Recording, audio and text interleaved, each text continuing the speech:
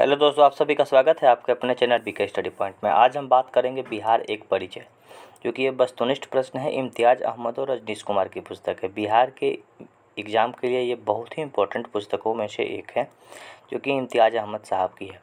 ये पुस्तकों में आज हम बात करेंगे कुछ यहाँ पे बिहार की विभूतियों के बारे में, यानी कि बिहार के जितने भी विभूति लोग हुए उन लोगों के बारे में जितने भी प्रश्न बन सकते हैं परीक्षा उपयोगी, उन सभी प्रश्नों को यहाँ पे एकत्रित किया गया है और ये इन्हीं पुस्तकों से ली गई है। इम्तियाज़ अहमद की पुस्तक है, बहुत ही इम्पोर्टेंट पुस्तक है, बहुत ही अच्छी पुस्तकों में से एक है। उन्हीं सभी पुस्तकों से डिटेल में पूरी तरह से चर्चा की जा रही है। तो आइए हम प्रश्न को शुरू करते हैं। लगभग 25-30 प्रश्न हैं, जो कि पूरी तरह से जितने भी बिहार की विभूतियाँ हैं उन लोगों से प्रश्न बनती है। आइए शुरू करते हैं। सबसे पहला प्रश्न क्या है कि बिहार राज्य के सिवान जिले के जीरादेई गांव में 3 दिसंबर 1884 को किनका जन्म हुआ था? तो जीरादेई नामक गांव में डॉक्टर राजेंद्र बाबू का जन्म कब हुआ था? तो ये 3 दिसंबर 1884 को हुआ था। राजेंद्र प्रसाद का देहावसान यानी कि इनकी मृत्यु 28 फरवरी 1963 को सदाकत आश्रम पटना में हुआ था। पटना में सदाकत आश्रम है, ये कहाँ पे है? तो गंगा के किनारे जो दीघा वाला जो रोड है, आप लोग पटना में होंगे तो आप लोगों को पता होगा, कुर्जी मोड़ के बगल में ही ये पटना का जो सदाकत आश्रम है, जिसमें भी बहुत सी ऑफिसें चलती है, वहीं पे ये राजेंद्र बाबू अंतिम समय में आके बिताए थे और वहीं पे इनकी मृत्यु हो गई थी। और इनका जो समाधि स्थल है उसको अजातशत्रु के नाम से जाना जाता है। अजातशत्रु इनको कहा भी जाता है क्योंकि इनका कोई शत्रु नहीं था। डॉक्टर सच्चिदानंद सिन्हा बिहार उड़ीसा लेजिस्लेटिव असेंबली के सदस्य कब बने थे? तो ये सच्चिदानंद सिन्हा वही सच्चिदानंद सिन्हा जो थे जिनको संविधान सभा के अस्थायी अध्यक्ष के रूप में नामित किया गया था और चुना गया था। तो बिहार उड़ीसा लेजिस्लेटिव असेंबली के सदस्य 1920 में चुने गए थे। क्वेश्चन नंबर 3 देखते हैं कि बिहार में 20 जुलाई 1937 को डॉक्टर श्री कृष्ण सिंह के नेतृत्व में कांग्रेस मंत्रिमंडल बनाने पर विधानसभा के अध्यक्ष कौन बने थे? तो विधानसभा के अध्यक्ष जो कांग्रेस का मंत्रिमंडल बना था, सबसे पहले जो मुख्यमंत्री बने थे डॉक्टर श्री कृष्ण सिंह 1937 में। उस समय अब्दुल बारी विधानसभा के अध्यक्ष थे। यही अब्दुल बारी के नाम पे जो आरा का कोइलवर वाला पुल है, उस पुल का नाम अब्दुल बारी पुल है, क्योंकि अलग अलग परीक्षाओं में ये पुल का नाम भी पूछा जाता है। जैसे मोकामा वाला पुल का नाम अशोका है, पटना का जो पुल है गांधी सेतु है, दीघा वाला जो पुल बना है उसका नाम जेपी सेतु है। उसी तरह से जो आरा वाला पुल है, पुराना पुल, इसको अब्दुल बारी पुल कहा जाता है। अब्दुल बारी कौन थे? तो 1937 में जब विधानसभा मंत्रिमंडल बनाई गई थी, कांग्रेस की मंत्रिमंडल, उसमें विधानसभा के अध्यक्ष थे। ठीक है, आगे बढ़ते हैं। प्रश्न हम लोग देख लेते हैं। 4 नंबर प्रश्न क्या है? बिहार के नवादा जिले के हिसुआ थाने के खानवा गांव नौनिहाल में किनका जन्म हुआ था? तो ये श्री कृष्ण सिंह जो थे, ये बिहार के प्रथम मुख्यमंत्री के रूप में इनका नाम जाना जाता है। इनका जन्म कहाँ हुआ था? तो बिहार के नवादा जिले के हिसुआ थाने के खानवा नामक गाँव में हुआ था। इनका पैतृक गाँव मोर, जो कि मुंगेर है। ठीक है, जन्म इनका यहाँ पे हुआ था, लेकिन इनका पैतृक गांव जो है, ये पिताजी का जो गांव है, ये मुंगेर में है। ठीक है, आगे बढ़ते हैं। प्रश्न संख्या हम लोग देखते हैं 5 नंबर। डॉक्टर विधानचंद राय का जन्म 1 जुलाई 1882 को कहाँ हुआ था? देखिए, ये बांकीपुर पटना में हुआ था। विधानचंद राय के बारे में हम लोग बताते हैं कि विधानचंद राय के जन्म दिवस के अवसर पर नेशनल जो है ये चिकित्सा दिवस के रूप में हम लोग मनाते हैं। राष्ट्रीय चिकित्सा दिवस के रूप में हम लोग मनाते हैं। ठीक है, तो विधानचंद राय वहाँ के मुख्यमंत्री के रूप में भी रहे, यानी कि पश्चिम बंगाल के मुख्यमंत्री रहे थे। और इनका जन्म बांकीपुर पटना में हुआ था और इनका जन्म 1 जुलाई 1882 को हुआ था। इसी के उपलक्ष्य में 1 जुलाई को चिकित्सा दिवस के रूप में हम लोग मनाते हैं। ठीक है, बहुत ही अच्छा क्वेश्चन है। क्वेश्चन नंबर हम लोग देख लेते हैं 6 नंबर। 1902 में सिताब दियारा बिहार में किनका जन्म हुआ था? सिताब दियारा में जयप्रकाश नारायण, जिनको शॉर्ट में जेपी कहा जाता है, जेपी का जन्म सिताब दियारा बिहार में हुआ था। ठीक है, आगे देखते हैं। क्वेश्चन नंबर 7 देखते हैं। चंपारण सत्याग्रह में गांधी जी के सहयोगी रहे पंडित राजकुमार शुक्ला का जन्म कहाँ हुआ था? तो राजकुमार शुक्ला का जन्म जो हुआ था सतबड़िया में हुआ था। ठीक है, सतबड़िया कहाँ है? ये पश्चिमी चंपारण का एक गांव है। सतबड़िया पश्चिमी चंपारण का एक गांव है और वहीं पे चंपारण सत्याग्रह हुआ था। तो चंपारण सत्याग्रह में महात्मा गांधी को बुलाने का काम, महात्मा गांधी को निमंत्रण देने का काम राजकुमार शुक्ला के द्वारा ही किया गया था, क्योंकि वहाँ के मील के मजदूरों के ऊपर बहुत ही ज़्यादतियाँ होती थी, नील की खेती करने के लिए मजबूर की जाती थी। और इसी मजबूरी को देखते हुए राजकुमार शुक्ला ने गांधी जी से मिले और गांधी जी से मिलने के बाद निमंत्रण दिए कि हमारे यहाँ चलिए। और महात्मा गांधी का सबसे सफल आंदोलन चंपारण सत्याग्रह हुआ और सबसे पहला आंदोलन ही भी चंपारण सत्याग्रह जो कि 1917 में हुआ था। ठीक है, आगे बढ़ते हैं। सतबड़िया कहाँ पे है? तो पश्चिमी चंपारण में है। अब क्वेश्चन नंबर 8 देखते हैं।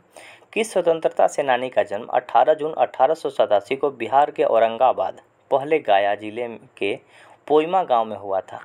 तो डॉक्टर अनुग्रह नारायण सिंह। अनुग्रह नारायण सिंह को बिहार विभूति के नाम से जाना जाता है। बिहार विभूति किनका उपनाम है? तो डॉक्टर अनुग्रह नारायण सिंह। इनका जन्म गया यानी कि अभी औरंगाबाद का क्षेत्र पड़ता है, पहले ये गया के क्षेत्र में पड़ता था। गांव का गांव का क्या नाम है? तो पोइमा गांव है।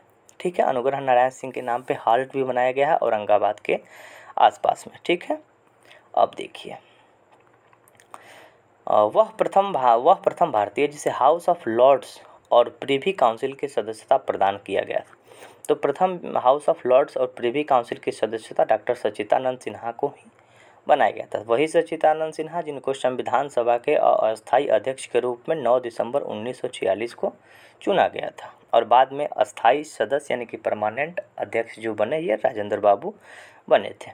क्यों सच्चिदानंद सिन्हा जी को बनाया गया था? तो ये सबसे उम्रदराज व्यक्ति थे। ठीक है, इसीलिए उस दिन इनको बना दिया गया था। 10 नंबर क्वेश्चन देखते हैं कि बिहार के प्रथम कांग्रेस राज्य मंत्रिमंडल 1937-39 में वित्त मंत्री कौन रहे थे? तो वित्त मंत्री अनुग्रह नारायण सिंह रहे थे और उस समय मुख्यमंत्री कौन रहे थे? तो डॉक्टर श्री कृष्ण सिंह। और विधानसभा के अध्यक्ष कौन रहे थे? तो अब्दुल बारी रहे। ठीक है, विधानसभा के अध्यक्ष अब्दुल बारी, मुख्यमंत्री डॉक्टर श्री कृष्ण सिंह। 1937 में कांग्रेस का मंत्रिमंडल बना था और वित्त मंत्री अनुग्रह नारायण सिंह थे। अनुग्रह नारायण सिंह का उपनाम क्या है? तो बिहार विभूति के नाम से इनको जाना जाता है। राजेंद्र प्रसाद का देहावसान 28 फरवरी 1963 को कहाँ हुआ था?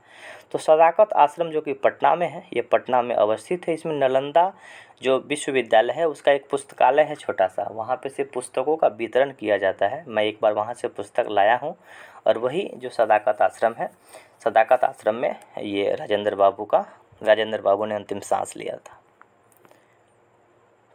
हाँ, उस समय मैं भूल गया था। इनका जो स्थल है ना, यानी कि इनका जो समाधि स्थल है उसको महाप्रयाण घाट कहा जाता है।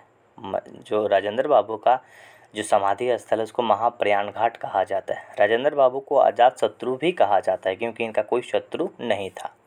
अब देखिए 12 नंबर क्वेश्चन देखते हैं। 1937 में श्री कृष्ण सिंह के नेतृत्व में कांग्रेस सरकार बनाने पर विधानसभा के अध्यक्ष कौन थे?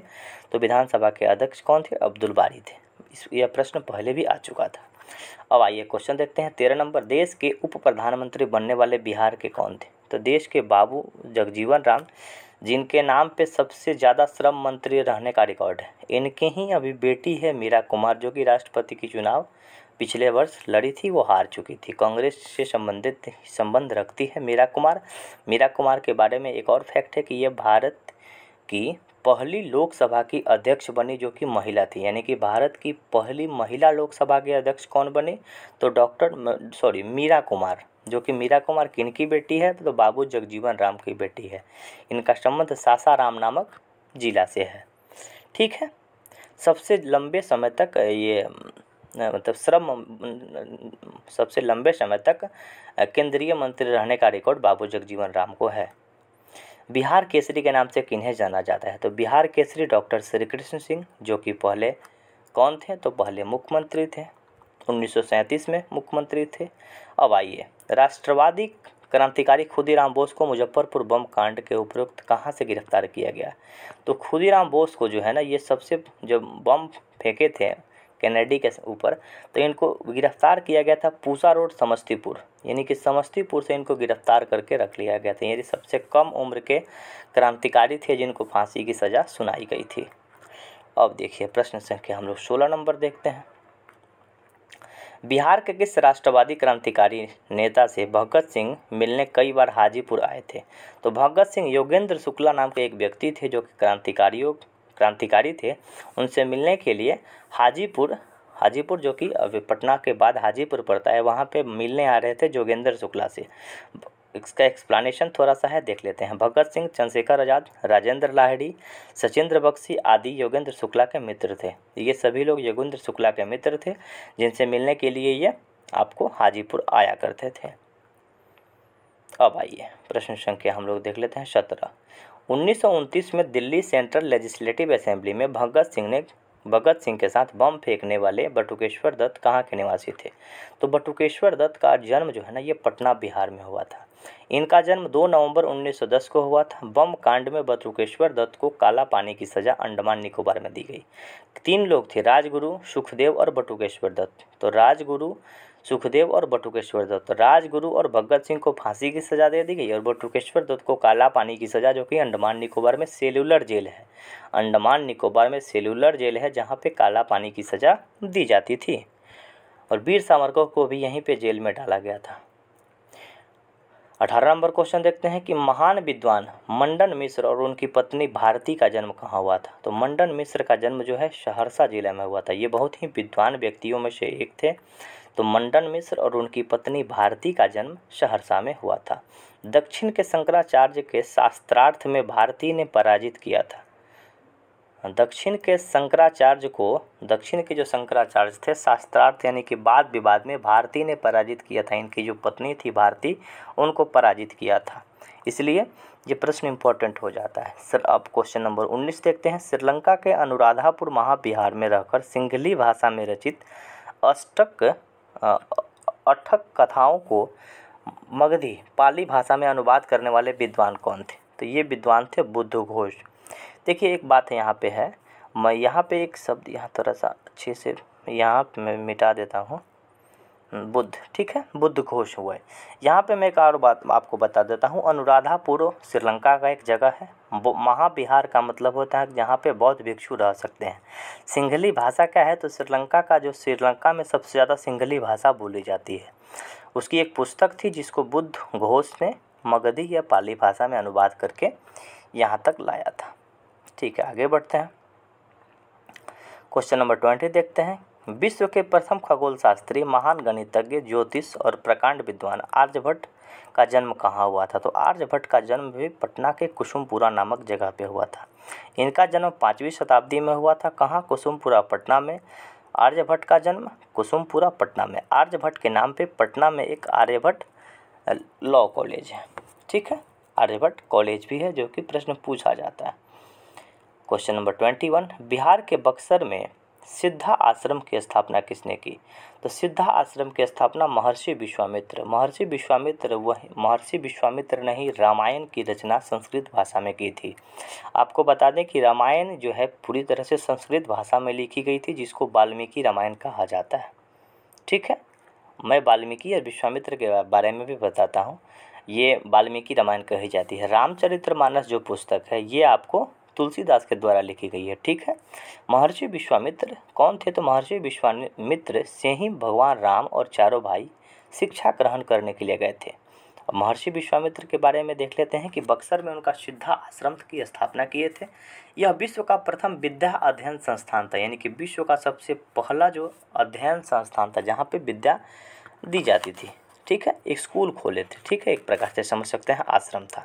यहाँ पे भगवान श्री राम और उनके भाई लक्ष्मण ने दिव्यास्त्र की शिक्षा प्राप्त की थी। तो यहीं पे आके भगवान राम और उनके भाई लक्ष्मण दोनों लोग वहाँ पे ज्ञान प्राप्त किए और पढ़ाई लिखाई विश्वामित्र से किए थे।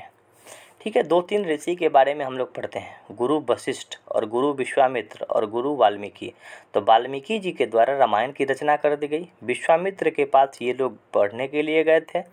और गुरु जो वशिष्ठ थे, ये वशिष्ठ गुरु थे, वहाँ उनके कुल गुरु थे, यानी कि कुल पुरोहित कहा जा सकता है। यानी कि वो दरबार में ही बैठ के वहाँ जो दरबार के लोगों को सजेशन देने का काम करते थे, जो कि गुरु वशिष्ठ थे। यानी कि वशिष्ठ थे विशिष्ट किनको बोला जाता है? जो कि दरबार में रहा करते थे। विश्वामित्र कौन थे? तो विश्व के रचयिता, विश्व के ज़्यादा ज्ञान अर्जित करने वाले लोगों में विश्वामित्र हैं। और वाल्मीकि जी रामायण की रचना किए थे। तीनों कंप्लीट हो चुका है। अब आइए, बिहार से संबंधित व्यक्ति नहीं है। क्वेश्चन नंबर 22 देखते हैं। तो देखिए, कनाद, चवणक ऋषि और गौतम ऋषि, ये उपयुक्त में से सभी व्यक्ति बिहार से संबंधित हैं। कनाद ऋषि भी बिहार से। कनाद ऋषि के बारे में कहा जाता है कि केमिस्ट्री का जो एक टर्म है, क्षिति जल पावक गगन समीरा पंच तत्व से बनल अधम शरीर है, ये जो बात है ऋषि कनाद के द्वारा बताई गई थी। और गौतम ऋषि के बारे में तो आप लोग सब लोग जानते हैं, अहिल्या जिनकी पत्नी थी और वो पत्थर बन गई थी। ये सब चीज़ें आप लोगों ने कहानी के माध्यम से सुना होगा। च्यवन ऋषि के बारे में मुझे अभी पूरी तरह से कंप्लीट जानकारी नहीं है। मैं अगली किसी वीडियो में इनके बारे में मैं आपको बता दूंगा। ठीक है, आगे बढ़ते हैं। प्रश्न देखते हैं 23। योग सूत्र का रचयिता पतंजलि का जन्म किस राज्य में हुआ था? तो पतंजलि का भी जन्म बिहार में हुआ था। ठीक है, अब आइए क्वेश्चन नंबर ये। ठीक है, अब इसको मैं और थोड़ा सा डार्क कर देता हूँ। हिंदी के प्रथम कवि शरहपाद कहाँ के रहने वाले थे? तो हिंदी के प्रथम कवि शरहपाद का जन्म बिहार के नालंदा जिले में हुआ था। इनका प्रारंभिक नाम राहुल भद्र था। ठीक है, शरहपाद का जो प्रारंभिक नाम है राहुल भद्र था, याद रखिएगा। यहाँ पे देख सकते हैं क्वेश्चन नंबर 25। प्रसिद्ध भारतीय दार्शनिक तथा अद्वैत वेदांत के प्रतिपादक वाचस्पति मिश्र कहाँ के थे? वाचस्पति एक पुरस्कार दी जाती है जो कि संस्कृत व्याकरण के जो व्यक्ति, मतलब कि संस्कृत व्याकरण में अपने मतलब कि अपने क्षेत्र में नाम कमाए होंगे, संस्कृत व्याकरण के क्षेत्र में कुछ काम किए होंगे, उन लोगों को वाचस्पति सम्मान दी जाती है। ठीक है, तो भारतीय दार्शनिक तथा अद्वैत वेदांत के प्रतिपादक वाचस्पति मिश्र का जो जन्म है कहाँ हुआ था? तो ये दरभंगा जिला बिहार में हुआ था। वाचस्पति मिश्र का संबंध दरभंगा जिला बिहार में।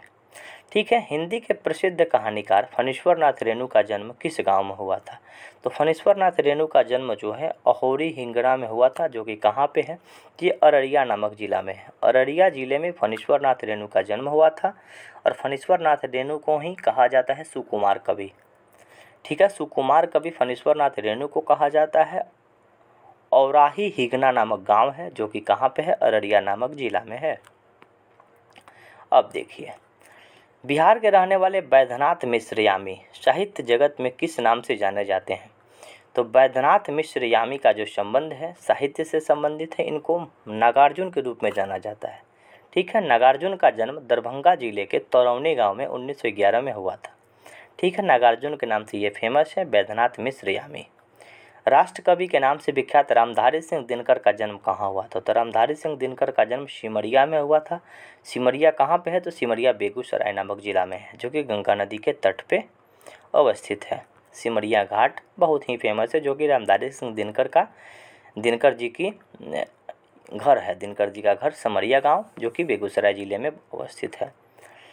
विश्व प्रसिद्ध रहस्यमय उपन्यास चंद्रकांता संतति के रचयिता देवकी नंदन खत्री का जन्म कहाँ हुआ था? तो देवकी नंदन खत्री का जन्म भी बिहार में हुआ था। चंद्रकांता जो एक सीरियल आता था, संतति एक उपन्यास था, जिस उपन्यास के रचयिता देवकी नंदन खत्री, जिनका जन्म बिहार में हुआ था।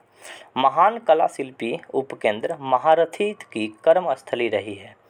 तो महान कला शिल्पी उपेंद्र महारथी का जन्म कहाँ हुआ था? तो इनका जो संबंध है बिहार नामक राज्य से है। ठीक है, आगे बढ़ते हैं। भोजपुरी के शेक्सपियर किनको कहा जाता है? तो भोजपुरी के शेक्सपियर जो है ये भिखारी ठाकुर को कहा जाता है। भिखारी ठाकुर लौंडा नाच के लिए फेमस है। ठीक है, और विदेशिया जो गायन शैली है, विदेशिया जो नाटक पद्धति है, इनके द्वारा दी गई थी, भिखारी ठाकुर के द्वारा। इनका जन्म भी छपरा में हुआ था, छपरा जिला में हुआ था। क्वेश्चन नंबर 32, बिहार राज्य से संबंधित साहित्यकार। तो ये सभी साहित्यकार का संबंध बिहार से है। गोपाल सिंह नेपाली, राम वृक्ष बेनीपुरी और शिव पूजन शाह, इन सभी का संबंध बिहार से है। ठीक है, बिहार के राजकिशोरी देवी कहाँ नमक आंदोलन के लिए सक्रिय योगदान दी थी? तो राजकिशोरी देवी का संबंध दरभंगा से है। दरभंगा में नमक कानून में आंदोलन में सक्रिय भागीदारी दी थी राजकिशोरी देवी। ठीक है, अब देखिए क्वेश्चन नंबर 34। 27 नवंबर 1921 को कांग्रेस कमेटी ने कौमी सेवक दल का संगठन किया, जिसे महिला विभाग के अध्यक्ष नामित किया था। तो कौमी सेवक दल जो कि कांग्रेस के द्वारा 1921 में बनाई गई थी, इसमें महिला अध्यक्ष कौन बनी थी? तो लीला सिंह नाम की एक महिला थी जो कि महिला अध्यक्ष के रूप में शामिल की थी। लीला सिंह दीप नारायण सिंह की पत्नी थी। लीला सिंह का संबंध किससे है? तो लीला सिंह जो थी ये दीप नारायण सिंह की पत्नी थी और वो कांग्रेस की कौमी सेवक दल था जिसके अध्यक्ष के रूप में नामित हुई थी। शारदा कुमारी देवी बिहार में मुख्यतः कहाँ स्वतंत्रता आंदोलन में सक्रिय भूमिका निभाई थी? तो शारदा देवी का संबंध कहाँ से है? तो शारदा देवी का संबंध मुजफ्फरपुर जिला से है। वहीं पे भारतीय जो स्वतंत्रता आंदोलन हुआ वहाँ पे सक्रिय भागीदारी निभाई थी। शारदा कुमारी देवी महिला दर्पण नामक पत्रिका निकालती थी। तो महिला दर्पण नामक पत्रिका किससे संबंधित है? तो शारदा कुमारी से संबंधित है। शारदा कुमारी का संबंध मुजफ्फरपुर जिला से है, जिनका संबंध बिहार से है। स्वतंत्रता आंदोलन में इन्होंने सक्रिय भागीदारी निभाई थी।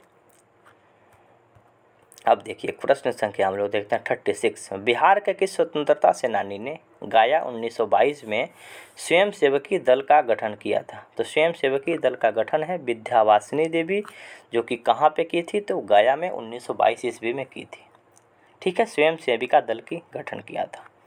अब देखिए, अब आपको बताते हैं 37 नंबर क्वेश्चन। बिहार की महान क्रांतिकारी रामस्वरूपा देवी, जिन्हें बहुरिया और बिहार की लक्ष्मीबाई के नाम से जाना जाता है, जिनका जन्म कहाँ हुआ था?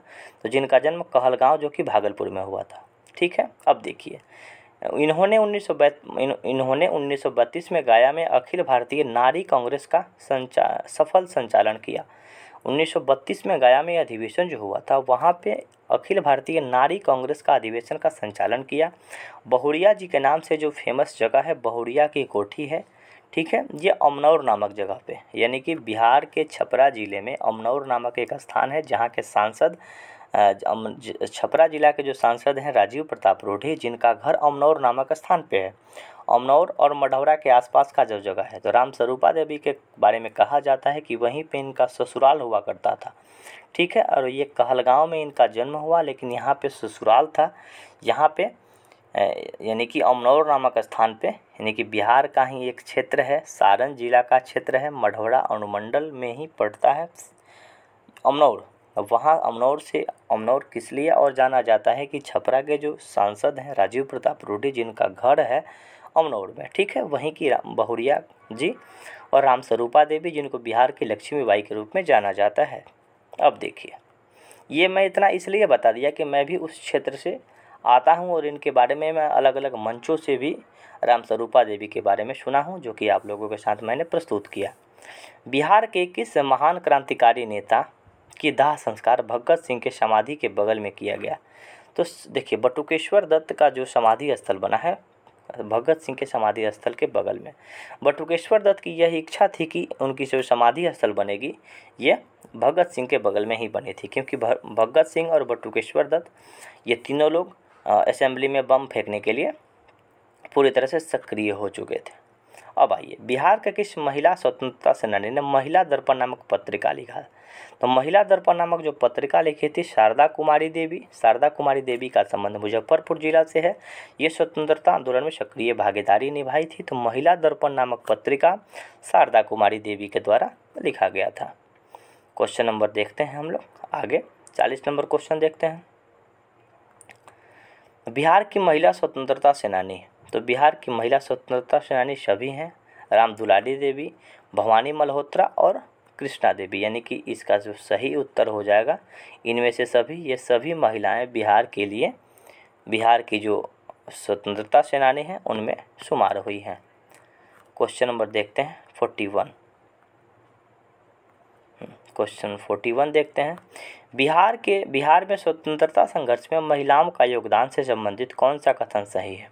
गांधी जी के रचनात्मक कार्यक्रमों को आगे बढ़ाने में महिलाओं की महत्वपूर्ण भूमिका निभाई, क्रांतिकारी गतिविधियों में भाग लिया, वस्त्रों के बहिष्कार, नशाबंदी, महिला सशक्तिकरण, पर्दा प्रथा को त्याग इतिहास कार्यक्रम में बिहार की महिलाओं ने सक्रिय भागीदारी दी। यानी कि बिहार की महिलाएं, आप लोगों ने सुना होगा बहुत, राम स्वरूपा देवी के बारे में सुना, राम दुलारी देवी के बारे में सुना, शारदा कुमारी देवी के बारे में सुना। यानी कि ये जितनी भी महिलाएं थीं, इन लोगों का योगदान भारत के स्वतंत्रता संघर्ष में पूरी तरह से पार्टिसिपेट था, पूरी तरह से सक्रिय भागीदारी था। ठीक है, तो इससे स्पष्ट होता है कि इसका आंसर 4 नंबर हो जाएगा, ऑप्शन नंबर डी। फूलेना प्रसाद की पत्नी का क्या नाम था? तो फूलेना प्रसाद की पत्नी का नाम तारा रानी श्रीवास्तव था। ठीक है, फूलेना प्रसाद की पत्नी का नाम तारा रानी श्रीवास्तव था। अब देखिए प्रश्न संख्या 43 देखते हैं। बिहार के महान महिला स्वतंत्रता सेनानी भवानी मल्होत्रा से संबंधित कौन सा कथन सही है? तब भवानी मल्होत्रा से संबंधित कौन सा? यह कस्तूरबा ट्रस्ट के बिहार प्रांतीय शाखा की संचालन रही थी, बिल्कुल रही थी। नारी उत्थान और पर्दा प्रथा के विरोध में आंदोलन में महत्वपूर्ण योगदान निभाई थी और इनका जन्म बिहार के मुजफ्फरपुर जिले में हुआ था। तो भवानी मल्होत्रा का भी जन्म मुजफ्फरपुर में। ठीक है, तो मुजफ्फरपुर की क्रांतिकारी महिला, 2-3 महिला के बारे में हम लोगों ने इस वीडियो के माध्यम से जाना और पढ़ा। प्रसिद्ध बौद्ध विद्वान अश्वघोष का जन्म कहाँ हुआ था? तो अश्वघोष का जन्म मगध के क्षेत्र, यानी कि मगध जो कि पटना और गया वाले क्षेत्र में हुआ था। आधुनिक बिहार के निर्माता किसे कहा जाता है? तो आधुनिक बिहार के निर्माता डॉक्टर सच्चिदानंद सिन्हा, जिनका योगदान पूरी तरह से बिहार को बनाने में रहा। यही सच्चिदानंद सिन्हा सबसे पहले संविधान के अस्थायी अध्यक्ष के रूप में, नॉन परमानेंट मेंबर के रूप में, जो अध्यक्ष के रूप में चुने गए थे। सबसे वरिष्ठतम सदस्य होने के नाते इनको चुना गया था। तो आधुनिक बिहार को बनाने में सच्चिदानंद सिन्हा का बहुत बड़ा योगदान है। तो इस वीडियो में हमने पूरी तरह से कंप्लीट रूप से पूरी बिहार की विभूतियों के बारे में चर्चा किया। ये वीडियो कैसा लगा कमेंट करके ज़रूर बताइएगा। और आने वाले समय में जो बिहार की वस्तुनिष्ठ प्रश्न की, जो बिहार एक परिचय है, इम्तियाज़ अहमद की जो नवीनतम संस्करण छपी हुई है, उसकी पूरी तरह से ऑब्जेक्टिव क्वेश्चन लगाने का हम पूरी तरह से प्रयास करेंगे। ये वीडियो कैसा लगा, इस वीडियो के बारे में आप क्या सोचते हैं? और अगर आप लोग इस चैनल पर नए होंगे कृपया चैनल को सब्सक्राइब कर लीजिएगा, बेल आइकन का दबा दीजिएगा, अपने दोस्तों में शेयर ज़रूर कीजिएगा। धन्यवाद।